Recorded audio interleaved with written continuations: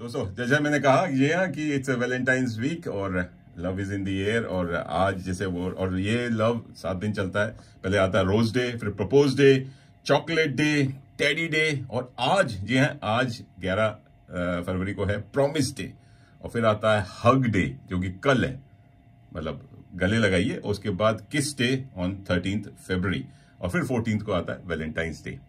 और उसके बाद फिर प्यार हो गया, प्रपोज हो गया, फिर होती है शादी। अब शादी की बात क्यों कर रहा हूं, क्योंकि शादी कराने के लिए हमारे साथ एक बहुत ही विशेश मेहमान है, Prabhjot Singh, and he is the marriage सेलिब्रेंट।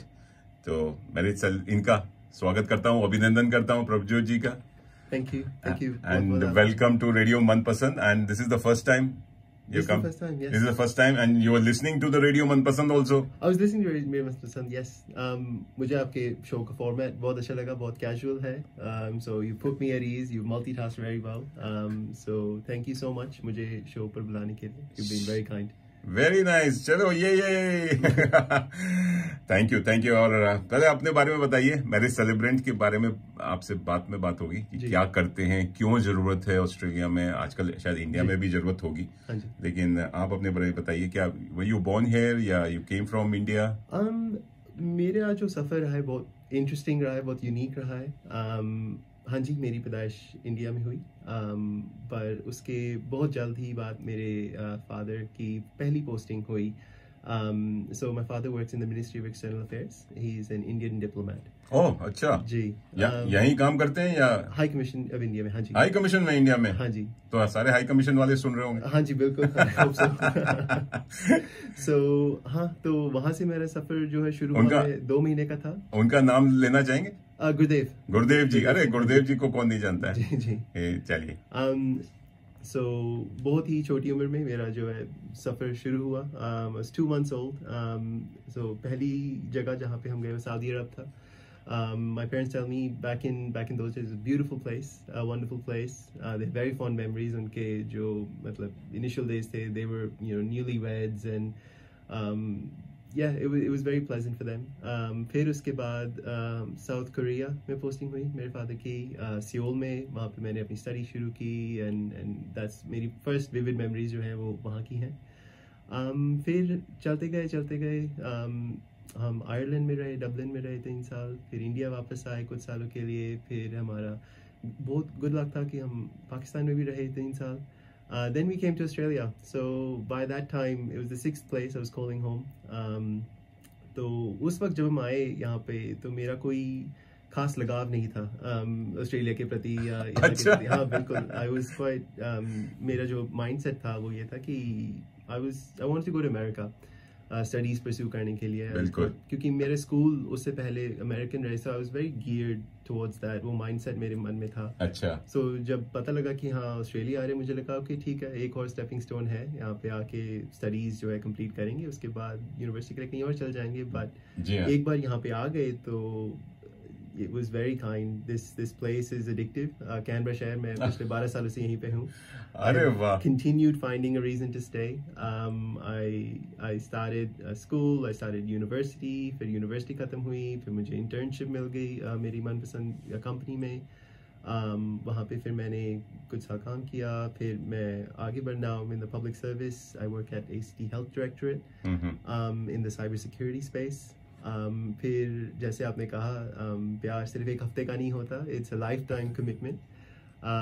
सो उसके लिए I met my wife through a friend of a friend actually, और बस वो लाइफ टाइम कमिटमेंट को सील करने के लिए we set out to find a marriage celebrant. Oh अच्छा जी। अरे तो आपकी वाइफ कहाँ है और सुन रहे होंगे? उनका भी नाम ले लीजिए। आज तो प्रॉमिस डे, तो आप एंड डू यू कुछ प्रॉमिस कर life to my dear wife Parika ji सुन रही हैं। And Parika ji, you should have been here, हमारे स्टूडियो में आती। कितने साल हो गए आपकी शादी के? वेल रिलेटिवली न्यू, अभी 1.5 years से थोड़े ज्यादा हो गया है। So you are still in the honeymoon period? हाँ जी बिल्कुल, we hope to stay in the honeymoon period. And do all the right things. You should.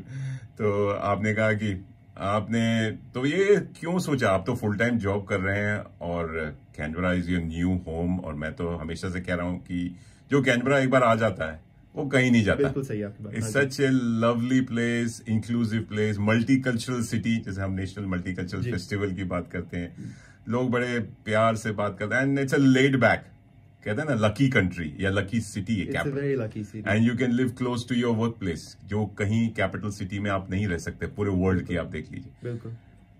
सो ये जब शुरू हुआ तो बाय देन यू नो हमारे जो इंडियन वेडिंग प्लानिंग होती है वो इट्स वेरी सेरेमोनियल, बहुत सारे रस्में होती हैं, रीति रिवाज होते हैं, और बॉय साइड गर्ल साइड अलग, एंड हफ्ते भर चलते हैं हाँ एग्जैक्टली। पर इसका एक छोटा सा हिस्सा होता है the legalities of getting married in Australia, कि एक अपनी मैरिज को रजिस्टर कराने का, उसके लिए आपको एक मैरिज सेलिब्रेंट की जरूरत पड़ती है और 2 विटनेसेस की जरूरत पड़ती है। तो बस हम थोड़े अनइन्फॉर्म्ड थे, सो आई आस्क्ड अराउंड, फिर I educated myself and I found out कि प्रोसेस क्या होता है, and it wasn't very obvious, clear cut नहीं था। सो मुझे काफ़ी डिफिकल्टी हुई एक मैरिज सेलिब्रेंट को इंगेज करने में, हमारे शादी को ऑफिशिएट कराने में। तो शादी यहीं हुई थी? शादी कैनबरा में ही हुई थी, हाँ जी बिल्कुल। And you were finding it difficult to find? That's right, हाँ, बिकॉज इट्स कोई क्लियर कट प्रोसेस नहीं मुझे मिल पा रहा था उस वक्त। अच्छा। एक वेबसाइट है अटॉर्नी जनरल्स की, उसके ऊपर जितने भी रजिस्टर्ड मैरिज सेलिब्रेंट्स हैं उनकी एक लिस्ट होती है, और आपके ऊपर होता है कि आप एक एक को फ़ोन करें और पूछें कि अगर वो अवेलेबल हैं तो कितना चार्ज करेंगे, कब आएंगे, कैसे होगा, सब कुछ वो आपके ऊपर छोड़ देते हैं। So it's not one office, जैसे काफ़ी लोग मिस इन्फॉर्म्ड होते हैं कि एक्सेस कैनबरा में जाके हम अपने आप ही कर सकते हैं, ऐसा बिल्कुल नहीं है। अच्छा। हमें भी पहले ऐसे किसी ने गलत इन्फॉर्मेशन दे दी थी, so I found it quite hard. So at the end of the day we engage someone, wonderful celebrant, her name Judy Zilber is her name. So my official date of marriage is different to my ceremonial date of marriage. हमने गुरुद्वारे में हमने लावा ली थी, so वहाँ पे हमने फेरे जैसे हाँ बिल्कुल, हाँ जी। So I'm sick, my wife is also sick. अच्छा। So हमने गुरुद्वारे में सेरेमोनियल वेडिंग की, एंड देन गुरुद्वारे से बाहर हमने ऑफिशियल रजिस्ट्रेशन करवाई अपनी मैरिज की। Very nice. उसके बाद मेरे को लगा कि look this process is quite arduous, कई बार नहीं कम्युनिटी मेंबर्स को मालूम होता कि ये कैसे किया जा सकता है या क्या है इसका प्रोसेस। तो मैंने कहा कि लोग हमारे कम्युनिटी में बहुत कम मैरिज सेलिब्रेंट्स हैं, आई थिंक मेरे को मिला के कुछ 2 या 3 ही है पूरे कैनबरा के अंदर। So I thought look this is a good way that I can help the community, जो कोई और थोड़ा यंग कपल है, मे बी दे मिसगाइडेड और they don't know, it's an opportunity for me कि मैं उनको हेल्प कर सकूँ, उनके इस छोटे से हार्ट एक को थोड़ा सा एलिविएट कर सकूं, ताकि वो बाकी फेस्टिविटीज पे थोड़ा ज्यादा फोकस कर सकें। और भी तो आपने सोचा कि मैरिज सेलिब्रेंट बना जाए जी, और काश आप पहले ही होते मैरिज सेलिब्रेंट तो अपनी शादी खुद कर सकते थे। नहीं, आई थिंक इसकी प्रोविजन शायद नहीं है। पर हाँ, अब जब मैं बन गया हूँ तो the marriage celebrant community Canberra के अंदर बहुत टाइट नेट है। It's more collaboration than competition. हमारा एक नेटवर्क है जिसके अंदर अगर हम अवेलेबल नहीं है किसी भी रीजन से तो हम उसके ऊपर बता सकते हैं, तो कोई और वेरी हैप्पीली वो टेक ओवर कर लेते हैं, and we pass on all the paper work. बहुत बढ़िया। चलिए प्रभजोत जी, आपका फिर से स्वागत है, and you are giving lovely information जो मैंने शायद पहले कभी इंटरव्यू में नहीं किया। मैरिज सेलिब्रेंट क्या होता है और क्या करते हैं, what are the requirements, qualification जो आपने अभी पास कर लिया, and you are full fledged marriage celebrant. तो दोस्तों, आप लोग शादी करने का सोच रहे हैं या तैयारी कर रहे हैं या आपने ऑलरेडी बुक कर दिया वेन्यू, डेट वगैरह सब, और वो भी कहीं कैनबरा ऑस्ट्रेलिया कहीं पे भी हो, पूरे Australia wide, he can travel also. तो अगर आप ढूंढ रहे हैं मैरिज सेलिब्रेंट और अपना ही कोई देसी बंदा हो या इंडियन मूल का हो, भारतीय मूल का हो, जो हिंदी बोलता हो, पंजाबी बोलता हो, इंग्लिश बोलता हो, सब कुछ बोलता हो, और आपको, and he is lovely man, handsome man. और चलिए, लेकिन मैं तो यही कहूंगा कि टीना मुनीम की याद कर रहे हैं तो उन्होंने मेरे को टेक्स्ट मैसेज भेजा, मनीष जी आप मेरा जन्मदिन मना रहे हैं, तो ये प्यारा सा गीत, शादी वादी की बात कर रहे हैं, वैलेंटाइंस वीक की बात कर रहे हैं, तो क्यों ना ये प्यारा सा गीत हो जाए कि शायद मेरी शादी का ख्याल, आप गाते हैं? दिल में आया, दिल में आया है, इसीलिए मम्मी ने मुझे कभी चाय पे बुलाया। जी हाँ, चलिए लगे रहिए, सुनते रहिए, आप लोग चाय की चुस्कियां लेते रहिए और एंजॉय करते रहिए रेडियो मनपसंद, पूरा तड़का लगा के।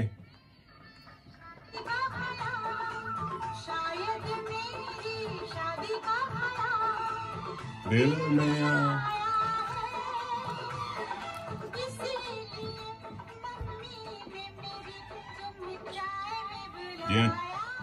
ये जो गीत सुना जी हाँ, फ्रॉम द मूवी सौतन, राजेश खन्ना जी थे जी। ओए होए होए, हमारे काका कैसे भूल सकते हैं, हमारा साथ छोड़ गए। लेकिन आज जी हाँ बना रहे हैं टीना मुनीम जी का जन्मदिन, और ये प्यारा सा गीत।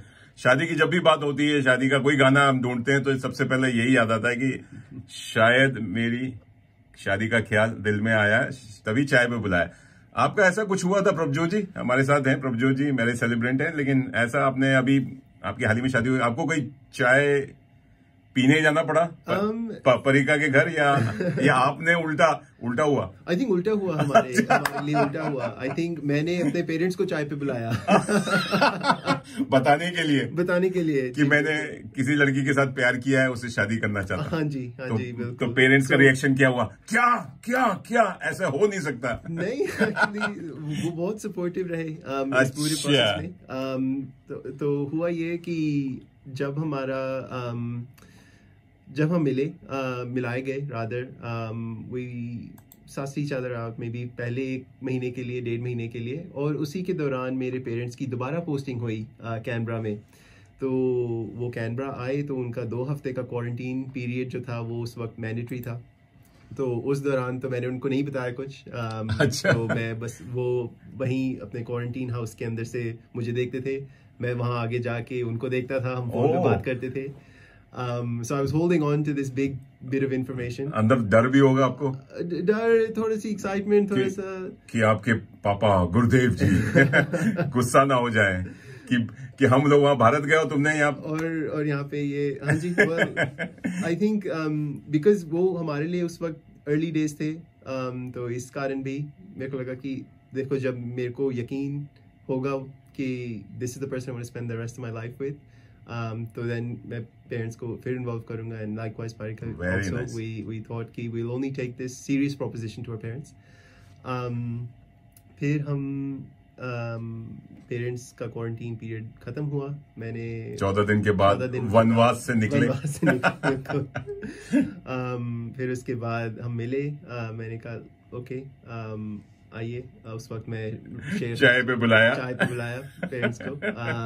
फिर मैंने my housemate very politely excused himself, वो अपने कमरे में चले गए। फिर मैंने उनको बताया कि लुक मॉम डैड, लाइक मेरे को किसी ने इंट्रोड्यूस कराया किसी से, and I think you'd really like her, and you know we really like each other, हमारी वैल्यूज बहुत अलाइन होती हैं, we are culturally very similar, I would like you to meet her. तो बस यहीं से बात शुरू हुई, वहीं से सिलसिला शुरू हुआ। फिर पारिका मेरे पेरेंट्स से मिली, मैं पारिका की फैमिली से मिला, everybody got along great, and फिर हमारे शादी का जो सिलसिला जो शुरू हो गया। वाह, what a beautiful love story, इतने आराम से हो गया। हमारे जमाने में अगर माँ बाप को हमने ऐसा बोला होता, वो तो मेरी खाट खड़ी कर देते, टांग तोड़ देते। मैं बोलना चाहूंगा रेडियो में, मैंने अपनी मदर को बोला मुझे एक लड़की से प्यार हो गया। मैं ये बता रहा हूँ 30 साल पहले की बात है, 92 के टाइम पे। ऑस्ट्रेलिया के लिए मैंने माइग्रेशन के लिए अप्लाई किया था, PR मिल गया था। मैंने कहा मैं जा रहा हूँ और मैं लौट के आके उस लड़की के साथ शादी करना चाहता हूँ। एंड नाम नहीं बताऊंगा, नहीं तो लड़की कहीं सुन रही होगी तो बोलेगी कि मेरे को बदनाम क्यों कर रहे हो। और मम्मी ने मेरा रायता फैला दिया, इमोशनल ब्लैकमेल किया, तू ऑस्ट्रेलिया नहीं जा सकता, मेरी लाश देखेगा, वरना दिमाग का क्या क्या नहीं बोला। मैं परेशान हो पाप। लेकिन हम लोग उस जनरेशन के हैं जो माँ बाप की रिस्पेक्ट करते थे, एक इज्जत थी, आज भी है। इस उम्र में 50 साल के हो गए, लेकिन आज भी माँ बाप ने बोल दिया तो सिर झुका के सुनते तो रहते हैं। हाँ जी इज द ओनली जवाब। तो हमारा जनरेशन जैसे कि माँ बाप की भी सुन रहे हैं, बच्चों की भी सुन रहे हैं, मेरी 2 बेटियां उनकी भी सुन रहे हैं, हमारा सुनने वाला कोई नहीं है। इसीलिए रेडियो मनपसंद चल रहा है, कोई तो सुन रहा है। लेकिन बहुत लोग सुन रहे हैं, आपके चाहने वाले बहुत सुन रहे हैं। प्रभजोत जी, परिका जी, बहुत ही प्यारी गीत है और प्यारा लव स्टोरी आपने सुनाई। And I am sure she अगर यहाँ होती तो अपना कंट्रीब्यूशन देती कि उनकी साइड की स्टोरी सुनते।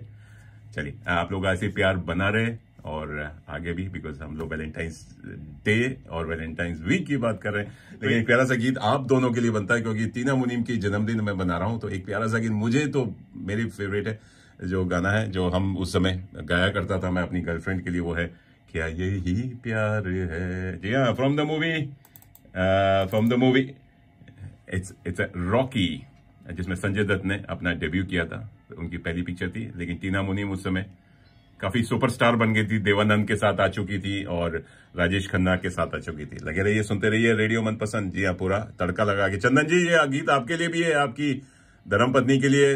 हाथ में हाथ डाल के थोड़ा सा एक नी पे आ जाइएगा और प्यार फरमाइएगा। जी हाँ, और लगे रहिए, सुनते रहिए। Happy Valentine's week.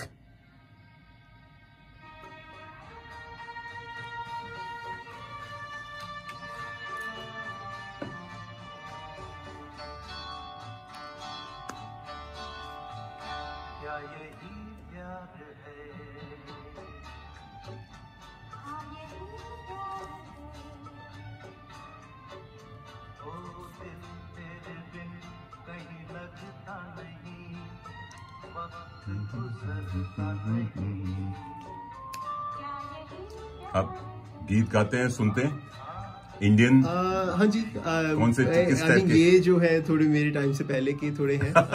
I know, my era was like मितवा वाला जो दौर था एक, तब तक का कभी अलविदा ना कहना। हाँ जी, हाँ जी, हाँ जी। उसके बाद जब कहते हैं कि परिभाषा प्यार की चेंज कर दी करण जौहर ने।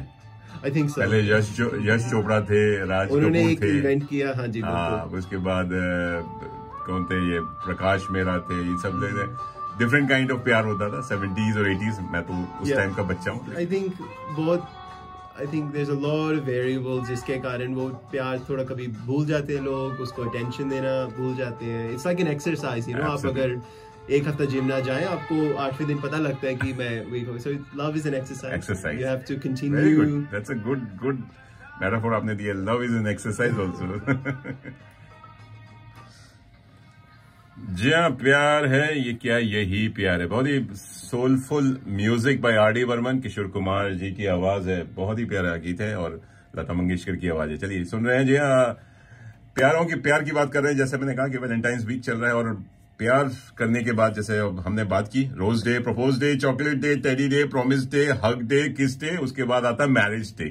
और मैरिज करने के लिए, मैरिज करवाने के लिए आपको तो पंडित की जरूरत होती है। जी हाँ, पंडित भी हैं, इमाम हैं, ग्रंथी हैं, जैसे गुरुद्वारा में जाएं।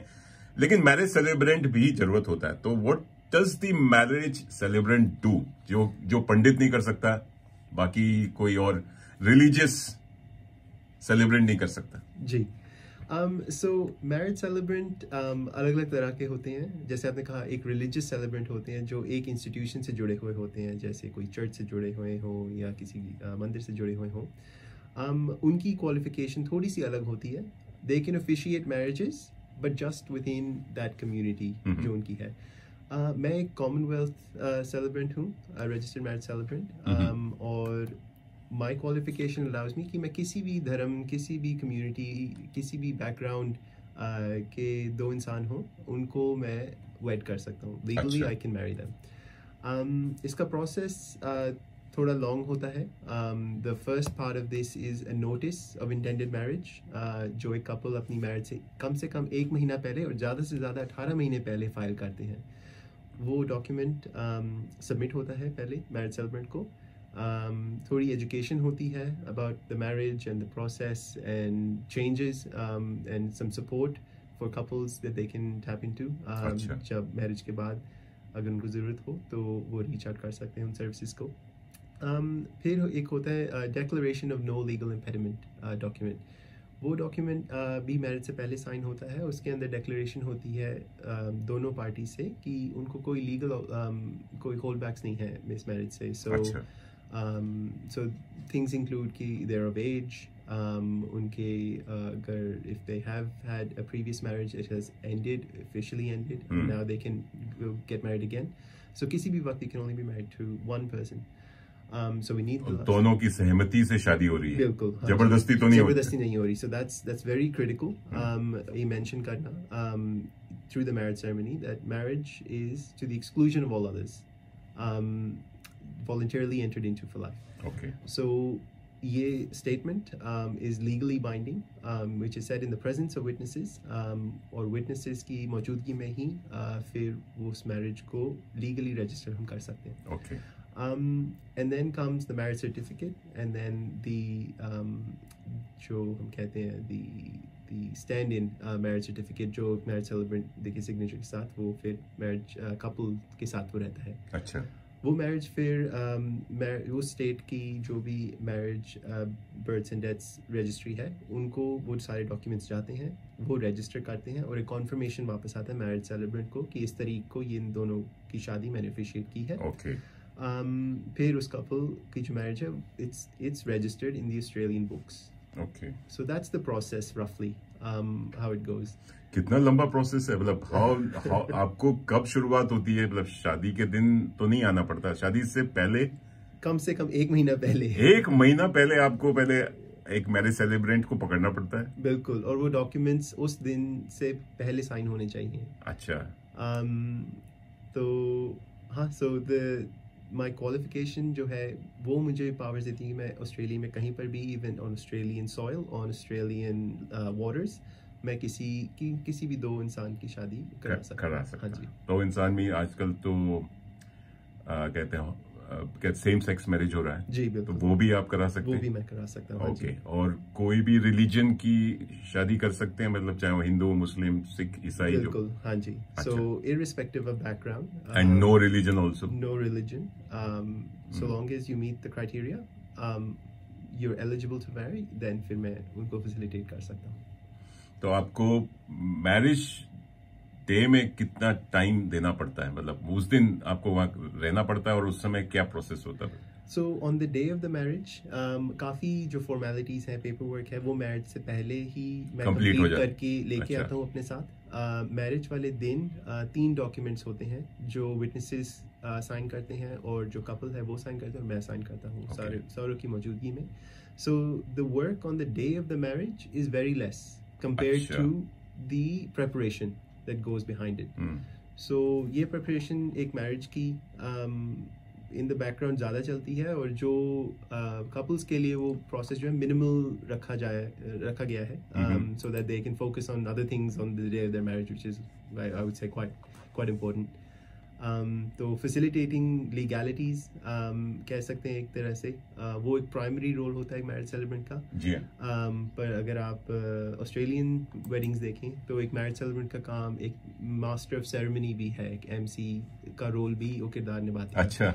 उस दिन पर कि कोऑर्डिनेट करना, कपल्स को इंट्रोड्यूस कराना उनके गेस्ट्स के साथ, उनकी स्टोरी थोड़ी बताना कि कैसे मिले और क्या हुआ. तो वो एक कंसल्टेशन अगर चाहें तो वो भी हो सकता है on the day of the marriage. So you stand in front of the guests, you stand in front of the couples अपने vows एक दूसरे को बोलते हैं and you officiate the marriage in front of everyone. हाँ, जो पढ़ते हैं, मैंने देखा एक शादी में गया था, वचन पढ़ना, फिर उसके बाद फिर सिग्नेचर लेना विटनेसेस से और वगैरह वगैरह, और फिर मैरिज सेलिब्रेंट का काम होता है. तो it's quite a lot job. खाली बस पेपर वर्क ही नहीं है. नहीं, पेपर वर्क नहीं है. बिल्कुल. आपको पूरा ओवरऑल ऑलराउंडर होना जरूरी है. बिल्कुल. क्योंकि आपको बातें भी करनी है, उनकी कहानी भी सुननी है, फिर आप अपना होमवर्क भी करके ले जाते हैं कि कोई कहीं कुछ गलत ना बोल दूं या कुछ. जी, उस तरह का होमवर्क भी होता है. आइडेंटिटी वेरिफिकेशन, कुछ लीगल डॉक्यूमेंट्स भी चेक करने होते हैं क्योंकि कई बार किसी का पासपोर्ट ऑस्ट्रेलियन नहीं होता. इंडियन पासपोर्ट, वही मैं पूछना चाह रहा था. ऑस्ट्रेलियन पासपोर्ट और 2 Indian passports marrying each other in Australia. तो उसकी रिक्वायरमेंट्स भी कुछ अलग होती हैं. PR होल्डर्स है या स्टूडेंट वीजा पे या वर्क वीजा पे, वो सारा होमवर्क मुझे आपको करना पड़ता है. हाँ, वो मुझे करके लाना पड़ता है अपने साथ में कि मैं what are the requirements जो हमें फुलफिल करनी पड़ेंगी ताकि ये मैरिज सक्सेसफुली हम रजिस्टर कर सकें अपनी रजिस्ट्री ऑफिस के साथ. तो हाँ, बैकग्राउंड में काम ज्यादा होता है. वही तो है. It's quite a lot job और इसमें it's not a free service, इसके पैसे लगते हैं. तो दोस्तों, इसके बारे में हम बात करेंगे कि कितना कॉस्ट इन्वॉल्व होता है, क्योंकि ये भी आप अगर शादी करने जा रहे हैं या तैयारी कर रहे हैं और आप बजट बना रहे हैं तो प्लीज पुट मैरिज सेलिब्रेंट के कॉस्ट भी उसमें डाल दीजिए. खाली बस फ्लावर्स, ढोल और घोड़ी और अपने लहंगा और क्या कहते हैं सूट्स और बाकी खाना पीना विच इज क्वाइट एक्सपेंसिव देखा जा रहा है। ऑस्ट्रेलिया के अगर पर्सपेक्टिव से देखें काफी महंगा पड़ता है। तो चलिए दोस्तों, आप सुन रहे हैं रेडियो मनपसंद, तड़का लगा के तड़का लग रहा है। जी हाँ, आज शादी पे लग रहा है, वैलेंटाइंस वीक पे लग रहा है, लेकिन बहुत प्यारी बातें कर रहे हैं। मेरे साथ हैं प्रभजोत सिंह जी, जो कि कॉमनवेल्थ रजिस्टर्ड मैरिज सेलिब्रेंट है। इनको आप कांटेक्ट कर सकते हैं। इनका अपना एक क्या कहते हैं, सर्विस प्रोवाइड करते हैं, सर्विस होती है या कोई कंपनी तो नहीं है, कैनबरा सेरेमनीज करके है। और ये इनका फोन नंबर और इनकी ईमेल एड्रेस हम आपको शेयर कर देंगे। चलिए, बात हो रही है टीना मुनीम के जन्मदिन की, तो एक और प्यारा सा गीत हमें फरमाइश आई है। हमें काफी लोग देख रहे हैं, सुन रहे हैं, और जज्बात सफर जी हैं, बलप्रीत कौर जी हैं, अनिल गुप्ता जी हैं, विष्णु शर्मा जी। अरे आप यहां से निकले और सीधे आपने हमारा वीडियो लाइक करना शुरू कर दिया। चंदन गुप्ता जी हैं और दीपा दीक्षित जी हैं। थैंक यू सो मच, लगे रहिए। और एक प्यारी सी फरमाइश आई है all the way from India. जी हाँ, सुनील भाई सुन रहे हैं इन बैंगलोर। वो कह रहे हैं कि कर्ज का एक प्यारा सा गीत है, शादी की बात हो रही है, और आपने भूल गए कि ऋषि कपूर के साथ भी उन्होंने बड़ा अच्छा काम किया था टीना मुनीम ने। तो ये प्यारा सा गीत, जी हाँ, शादी की आपने लीगल एज की बात की, तो इस पे उन्होंने कमेंट किया कि कितने बरस का, मैं कितने बरस की, मैं 16 बरस की, तू 17 बरस का। तो वो लीगल एज नहीं है unfortunately. 17-16 is not a legal age for both of the girl या बॉय। लड़की को 18 होना जरूरी है और लड़के को 21। नहीं, लड़के को भी 18। आई थिंक इंडिया में थोड़ा अलग है। इंडिया में अलग है, हाँ जी, यहाँ पे दोनों 18। चलिए, आप लोग लग रही है, सुनते रहिए। Yeah, from the movie Cuz. Happy birthday, Tina Munim, and happy Valentine's week and day.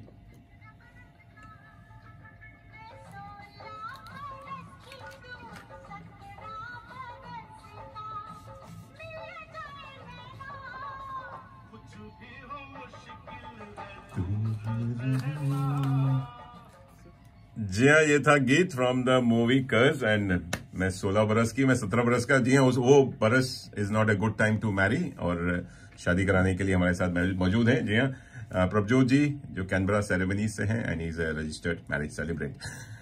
बस जाते समय की थोड़ी सी कमी है, तो आप बताइए कि इतने सारे मार्केट में डाटाबेस है इसका, कैसे चूज करते हैं मैरिज सेलिब्रेंट को? जी बिल्कुल। सो हर marriage celebrant attorney general's department के थ्रू इंगेज्ड होता है। अच्छा। एक रजिस्ट्रेशन होती है, एक क्वालिफिकेशन होती है। So once you're qualified, you apply for registration. फिर उसको तकरीबन 6 महीने लगते हैं।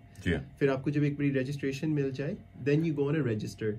एक रजिस्टर जो पब्लिकली अवेलेबल है, जिसके अंदर सारे तमाम मैरिज सेलिब्रेंट्स हैं, उनका कॉन्टैक्ट इन्फॉर्मेशन है, और they are separated by states. तो उसके अंदर फिर आपका नाम जब शामिल हो जाए, then people can reach out to you using that information.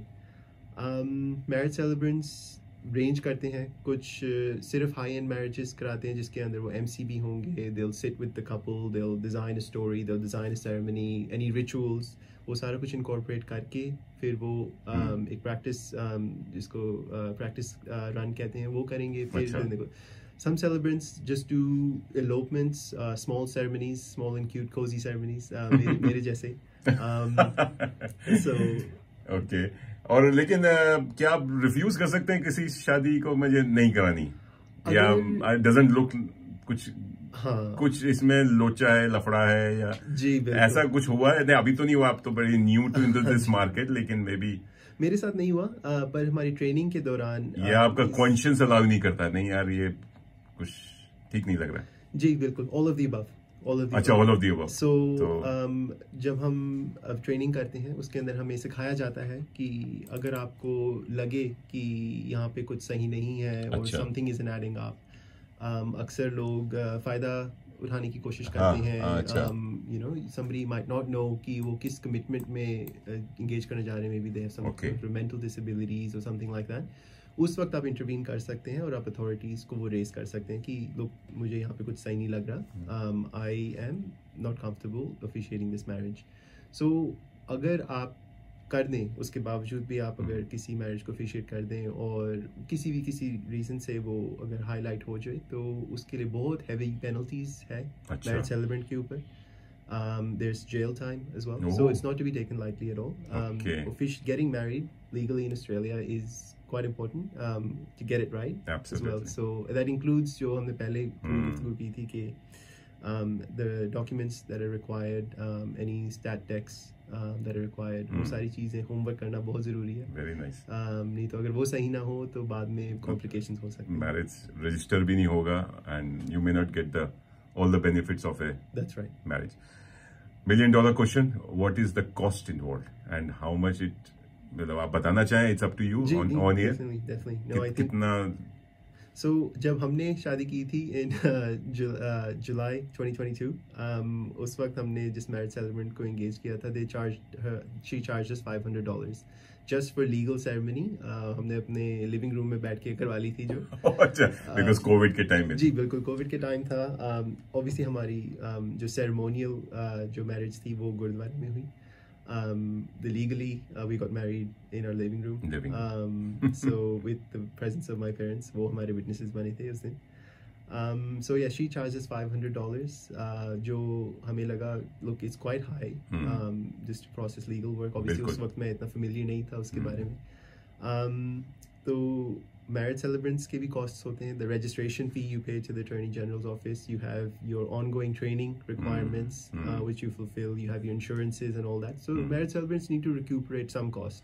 It's they are private sole traders. Okay. एक तरीके से they provide a service. आप हमारे भारतीय community से हैं, तो do you provide a special discount या कुछ special service to हमारे जो शादी करने के तैयार बैठे हैं और ढूंढ रहे हैं? जी बिल्कुल. तो कुछ हमारे मनपसंद हाँ जी listeners के लिए. Definitely. So जब मैंने शुरू किया था marriage celebrant का जो काम है, I started at around $425 per marriage. जो फिर जैसे cost of living बढ़ती गई, interest rates बढ़ते गए, RBA अपनी meetings करते गए. Obviously I also felt कि look, there's so many other costs associated with a marriage. Maybe this is something which can be dialed back, and you know, I felt sorry for these poor couples. You know, कई students होते हैं, कई new होते हैं, कईयों की PR नहीं होती, so they're trying to manage everyone's expectations. So I reduced my rate down to. Oh, अच्छा, आपने reduce कर दिया? I had to, yes. In this क्या कहते हैं century, मतलब कहते हैं कि आज के माहौल में लोग prices बढ़ा रहे हैं. जी. So my conscience told me कि look, I think you know, even if we charge $350, that's a fair rate.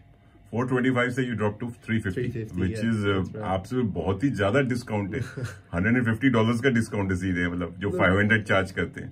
Yeah, exactly. हमने 500 दे के हमने अपनी मैरिज अफेयर की थी. I think I'm probably marriage celebrant जो कैनबरा में काफी कम चार्ज करते हैं compared to other celebrants. Obviously depending on the service and what people want. But हमारे Indians के लिए तो यही है कि हमारी जो फेरे होंगे, जो होगा वो गुरुद्वारे में होगा या मंदिर में होगा, मस्जिद में होगा या चर्च में होगा. So this is very much facilitating legalities. इसको legals only wedding के लिए I think I'm charging $350 at the moment. Thank you Prabhjot भाई, आपने बड़ा अच्छी जानकारी दी and that's so nice of you and I sure आपकी सर्विसेज की जो फायदा लोग बाकी लोग उठाएंगे और जो शादी करने के इच्छुक हैं, शादी करना चाह रहे हैं और जो लोग अभी प्यार में हैं, लिविंग में हैं, वो प्लीज शादी कर लो भाई. ये नहीं कि इनको पैसे चाहिए, लेकिन legally it's a good, it's a commitment, it's a commitment. ये और ये वैलेंटाइंस वीक है, इसमें कमिटमेंट ले ली तो मेरे ख्याल से अब जिंदगी भर आपका प्यार बना रहेगा. चलिए प्रभजोत भाई, हमारे पास भी टाइम की कमी है, लेकिन आपसे बातें करके मुझे बहुत अच्छा लगा and such A lovely person. आपकी हिंदी बहुत ही बढ़िया थी. आई नेवर एक्सपेक्टेड कि इतने साल रहने के बाद ऑस्ट्रेलिया में आपने इतनी बड़ी प्यारी हिंदी बोली. And thanks to your parents, Gurudev ji and आपकी मम्मी का नाम बलविंदर. उनको भी धन्यवाद कि आपने बच्चे को बड़ा अच्छा पाला and you got a beautiful बहू मिली आपको, परिका. चलिए दोस्तों, आप लोगों से मैं विदा लेता हूं एंड चलिए, बहुत सारी बातें हो गई और समय दिया निकल गया, लेकिन आप लोग बस एंजॉय करते रहिए, वैलेंटाइंस वीक मनाइए, प्यार करते रहिए, प्यार बांटते रहिए. जितना प्यार बांटेंगे उतना ही प्यार आपको मिलेगा. तो जो बांटेंगे वो आपको मिलेगा. तो इसलिए मैं तो ये कहता हूं कि every day is a Valentine's day. एक दिन मत मनाइए, रोज मनाइए. और आप लोग लगे रहिए, सुनते रहिए, स्वस्थ रहिए, मस्त रहिए and I will see you in the national multicultural festival. याद रखिए फरवरी 16 से फरवरी 18 को at the Canberra city. And सारी जानकारी नेशनल मल्टीकल्चरल फेस्टिवल .com.au पे. हमारे रेडियो मनपसंद को फॉलो करते रहिए, फेसबुक पे, इंस्टाग्राम पे, YouTube पे। जी हाँ, ये अगर आपने लेट ट्यून किया तो ये सारे इंटरव्यूज जो मैंने आज 3 लिए सारे, it will be played again on 3 to 5 आज के हमारे ऑस्ट्रेलियन स्टैंडर्ड टाइम पे। और भारत में जो सुन रहे हैं सुबह सुबह उठ के 4:30 बजे उठ के सुन रहे हैं, उनको अगर फिर से रिकॉर्डिंग सुननी है तो आप ट्यून इन कीजिए 9:30 बजे। जी हाँ, 9:30 बजे IST। 2 घंटे ये प्रोग्राम आप सुन सकते हैं, मेरा लाइव प्रोग्राम। नहीं तो आप YouTube पे ये देख सकते हैं। चलिए, लगे रहिए, सुनते रहिए, स्वस्थ रहिए, मस्त रहिए, खुश रहिए, बिंदास रहिए, हंसते रहिए, मुस्कुराते रहिए, प्यार बांटते रहिए, प्यार बांटते चलो। और बता दूं कि 13 फरवरी इज हमारा वर्ल्ड रेडियो डे भी होता है। ये वर्ल्ड रेडियो डे, और जिसकी वजह से हम यहाँ आपके लिए खुशियां बांटते हैं, प्यार बांटते हैं। चलिए, और प्यारा सा गीत टीना मुनीम की ही मूवी, फ्रॉम द मूवी बातों बातों में, साथ में है अमोल पालेकर। चलिए, बस की कभी खुशी उठे सबके कदम, देखो रम पम पम, आप भी गई से गीत गाया करो, कभी खुशी कभी गम, करा रम पम पम, हंसो और take care, bye bye, have a lovely Sunday, happy Valentine's day.